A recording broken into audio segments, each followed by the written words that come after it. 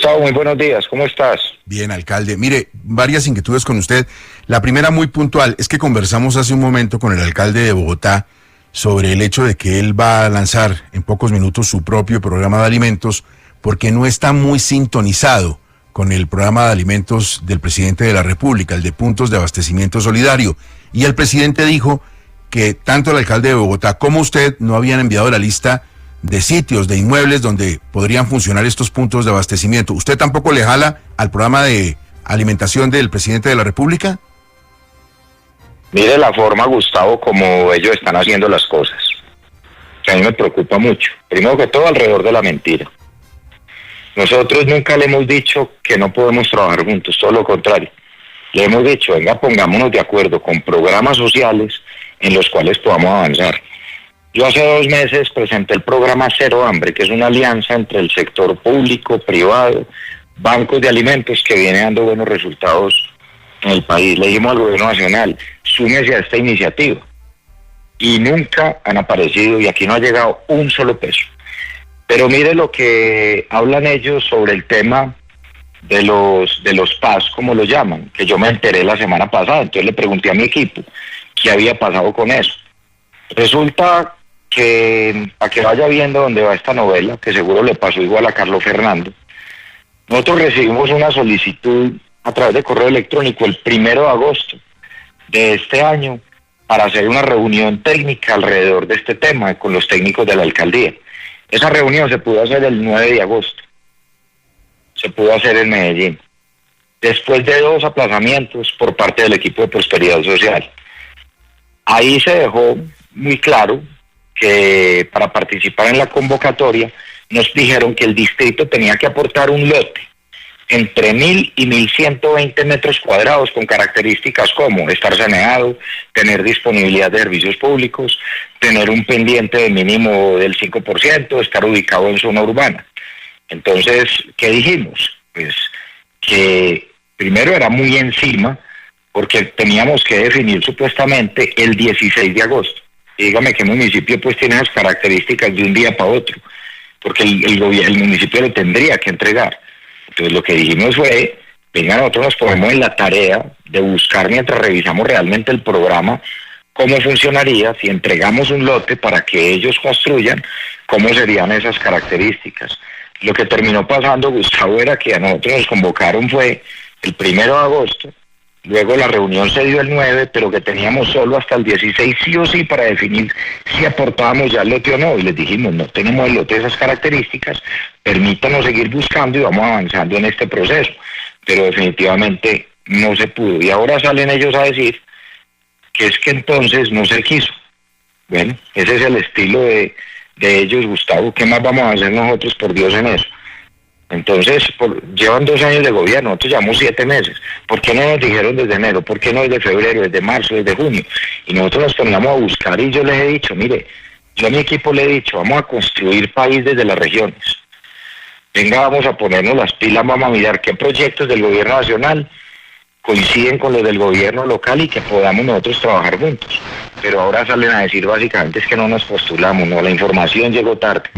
En 7 días querían desatrasarse, lo que no han hecho en 2 años. Y ahora toda la culpa es de los alcaldes, eso no puede ser. Alcalde. Pero el programa Cero Hambre va avanzando y va bien en Medellín. Y le pedimos al gobierno nacional que por el contrario, que se vincule con ese programa, que lo necesitamos. Señor alcalde, hay muchas diferencias en las últimas horas planteadas entre usted y el presidente de la República, a veces directamente, a veces indirecta. Yo quiero preguntarle por la enorme polémica que ha despertado el nombramiento de Jorge Carrillo como presidente de ISA, hombre que fue director de EPM en su momento. Usted no estuvo de acuerdo con el nombramiento, el presidente lo respaldó y ahora hay un comunicado que se produce en las últimas horas de parte de ISA diciendo que pues básicamente faltan algunas cositas que no son precisamente enviar un papel, que tendría que ver, según ha averiguado Caracol Radio, con la ley de prácticas corruptas en el extranjero y no quisieran que estuviera posesionado como presidente de ISA alguien que pudiera estar enredado en algún asunto delicado de investigaciones. ¿Qué es lo que está pasando ahí en ISA?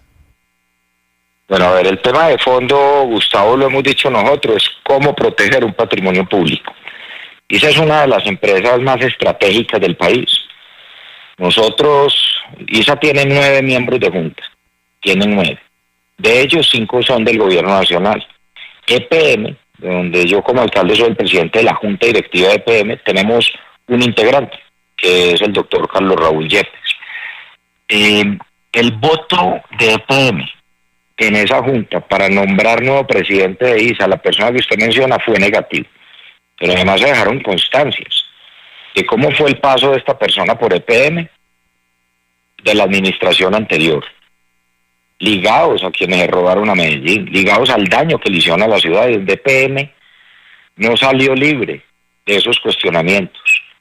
Nos dejan una empresa con 5 billones de pesos de desfinanciación, un grave problema, además por el escándalo de Afinia, donde nosotros mismos denunciamos cómo se habría pactado, según el testigo que dio declaración ante la Fiscalía, del pago de $8 millones con el anterior alcalde, con los que robaron a Medellín, con el jefe de la banda, y donde habría incidido, que era gerente en ese momento, quienes hoy quieren designar como presidente de ISA, en forzar el cambio de ese gerente, donde había una gerente técnica de EPM de toda la vida, que estaba administrando bien a Fina, y de un momento a otro lo cambian por otro señor, donde hubo intermediación de muchas personas cuestionadas en el mundo de la corrupción en Colombia. Nosotros hemos advertido que no era conveniente o no es conveniente que ISA, que haya administrado por quienes tanto daño ya le hicieron también a EPM. Esa fue la constancia que dejamos. Ahora bien, el gobierno nacional, a través de sus 5 delegados, hizo caso omiso a las observaciones que se hicieron de cuestionamientos y votaron en horas de la madrugada la semana pasada por esta persona. Ahora bien, no se ha podido posesionar, según lo que dice usted, Gustavo, diferentes fuentes, por el tema de leyes anticorrupción en Estados Unidos, entendiendo justamente que esta es una empresa también que le pertenece a Ecopetrol, que está listada en bolsa, y que por supuesto hay unas leyes también que lo rigen en Estados Unidos. Nosotros lo que hemos pedido es que se proteja el patrimonio público, que esta es una empresa estratégica, pero claro, por advertir esto, el presidente Petro ha entrado en cólera, su gran aliado, el que se robó a Medellín también con sus cómplices, también ha entrado en desespero y andan desesperados atacando todo el día. Yo lo que le diría es, nosotros no nos podemos quedar callados desde las regiones con situaciones como estas, y mi responsabilidad, no solo como alcalde de Medellín, viendo y evidenciando lo que pasó, que fue un desfalco absoluto lo que le pasó también a Medellín los 4 años anteriores.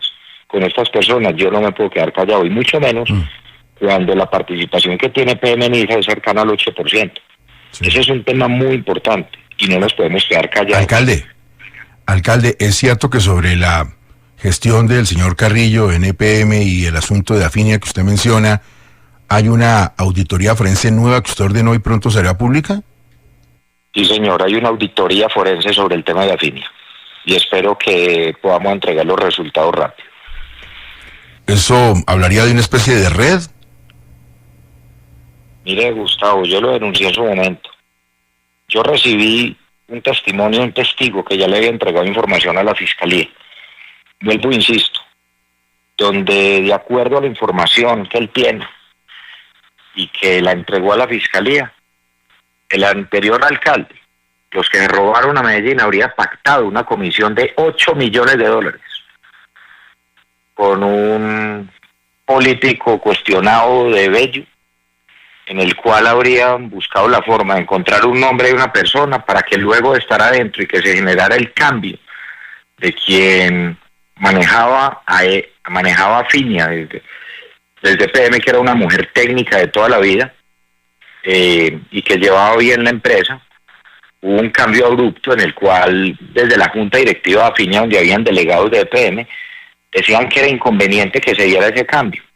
Y también esas personas que luego fueron removidas de la junta de Afinia por no permitir ese cambio, fueron removidas por a quien hoy están votando como presidente de ISA, pues esta persona las movió para generar el cambio.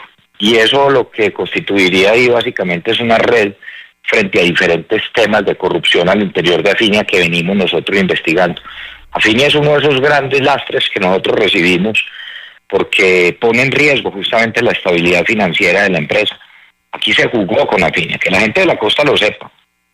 Aquí, y lo de Medellín, la gente que es dueña de EPM, porque es que aquí la corrupción fue inmensa en muchos temas de la administración anterior, y EPM no se salvó de esas redes de corrupción. Aquí vinieron fue a saquearlo todo, y nosotros cómo nos vamos a quedar callados cuando hoy lo que pretenden es adueñarse también de ISA. Olvídese que nosotros no nos podemos quedar quietos en eso. Alcalde, en ese trino en el que el presidente Gustavo Petro le pregunta incluso si usted lo reconoce a él como presidente de la República, le hace también un cuestionamiento y dice que esta intervención suya en los asuntos de ISA es un conflicto de interés y le pregunta, ¿porque su hermana tiene un alto cargo en esta empresa? ¿Esto es cierto? Diana, un abrazo. Mira, lo primero, a mí me da mucha pena tener que corregir al presidente, como lo hice el día de ayer, y yo le diría, presidente Petro, yo lo corrijo. Mi hermana no trabaja en ISA, trabaja en una de sus filiales hace muchos años. Se presentó por proceso y por convocatoria. Nada tiene que ver mi actividad política. Y no existe ningún tipo de conflicto de interés. Créanme que de existir, yo sería el primero en declarar. Y yo sí quiero recordarles a ellos que nosotros no somos quienes hemos estado al margen de la ley a lo largo de nuestras vidas. A mí me alegra que esté tan interesado, pero más bien que responda por qué le dio la instrucción a sus 5 delegados en Junta de ISA de votar por una persona sobre la cual existen graves cuestionamientos y donde dentro de la Junta se dejaron constancias de parte de diferentes delegados y diferentes integrantes de ISA, otros 4, que votaron de manera negativa ese nombramiento. Aquí quieren es ocultar una realidad y quieren tergiversarla. La pregunta que me hace inicialmente, yo también creo que el país debe reflexionar sobre esa pregunta que el presidente me hace. Porque es que mire lo que terminó pasando el fin de semana. Fin de semana de puente. Entonces usted coge las redes y usted mira, es el presidente contra todo el mundo, contra el que pueda. Entonces la cogió contra mí, la cogió contra Galán, la cogió contra medio Colombia que no está de acuerdo con él en muchos temas. Entonces él dice, en medio de su soberbia y su arrogancia, la primera pregunta que me hace es, ¿el alcalde de Medellín reconoce al presidente de la República como su presidente? En un ánimo dictatorial. Y yo lo primero que le respondería es, presidente, en un Estado social de derecho y en una democracia como la que yo defiendo cada día, el presidente gobierna es para todos, o debería gobernar para todos y debería trabajar por el desarrollo del país. Por supuesto que lo he reconocido como presidente desde el día en que fue elegido, pese a los cuestionamientos. Pero es triste ver que él solo gobierna para algunos. Y yo le pregunto, ¿usted es el presidente de todos los colombianos o solo de quienes le interesa fortalecer y proteger? Ese es el tema de fondo. La pregunta es, nosotros no podemos hablar desde las regiones. Tener posiciones diversas en el país significa entonces básicamente que no las podemos tener o que hay delitos de opinión, como lo expresaba ayer también Carlos Fernando Galán cuando lo cuestionaban por defender la democracia venezolana, como también lo hacemos nosotros y lo hacemos la gran mayoría de los colombianos. ¿Hasta dónde vamos a llegar? A ese punto estamos llegando.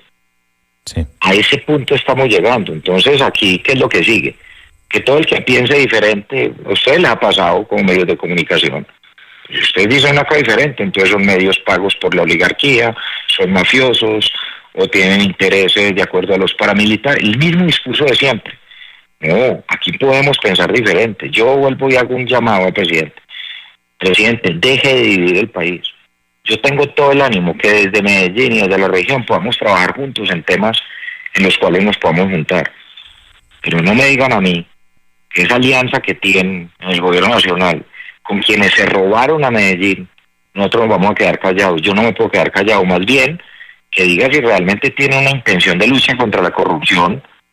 Entonces, ¿por qué está nombrando a los peores corruptos? Acá hay personas que los que roban el presupuesto participativo de Medellín donde hay pruebas, y varios de ellos que mal gobernaron a Medellín hace unos años, allá los tienen nombrados en altos cargos en el gobierno nacional.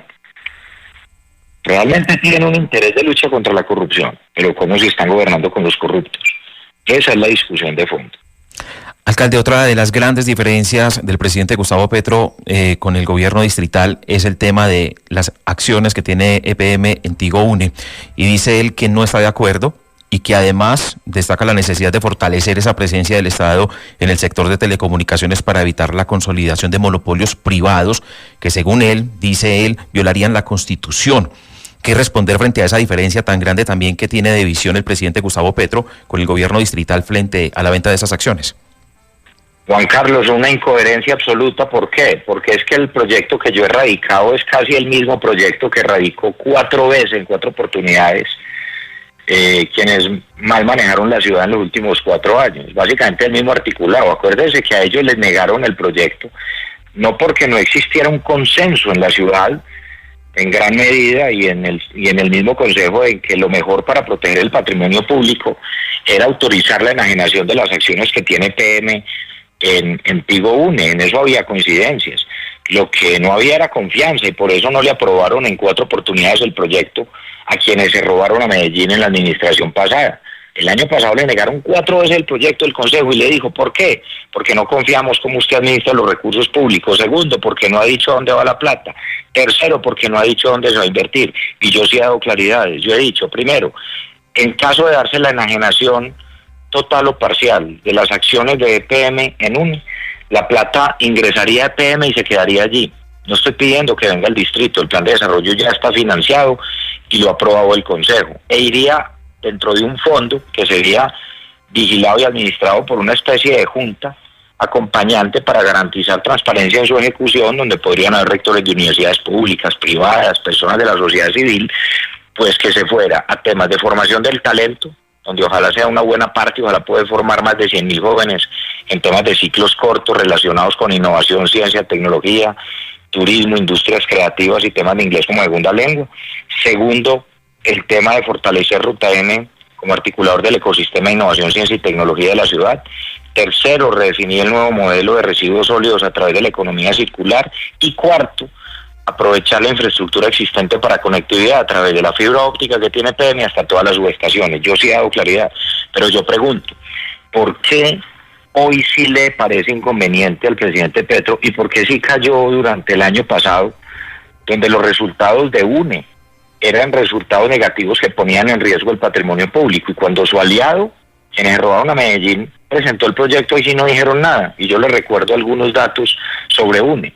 Durante el cuatrenio anterior, entre el 2020 y el 2023, en la administración de su amigo que tanto daño le hizo a Medellín, UNE presentó pérdidas acumuladas por 2.4 billones de pesos. Esas pérdidas se consumieron el patrimonio de la compañía, lo que obligó a los accionistas, tanto a EPM como a Millicom, a capitalizar en 600.000 millones de pesos a finales del 2023, cada uno con 300.000 millones de pesos, y evitar así una causal de liquidación. En el año 2022, EPM registró un deterioro superior a 1 billón de pesos por las pérdidas de valor de la participación en UNE, situación que afectó los resultados de EPM y las transferencias al distrito en más de 500.000 millones de pesos que eran necesarios para inversión social. Pregunto, ¿por qué el presidente ahora le parece inconveniente la iniciativa?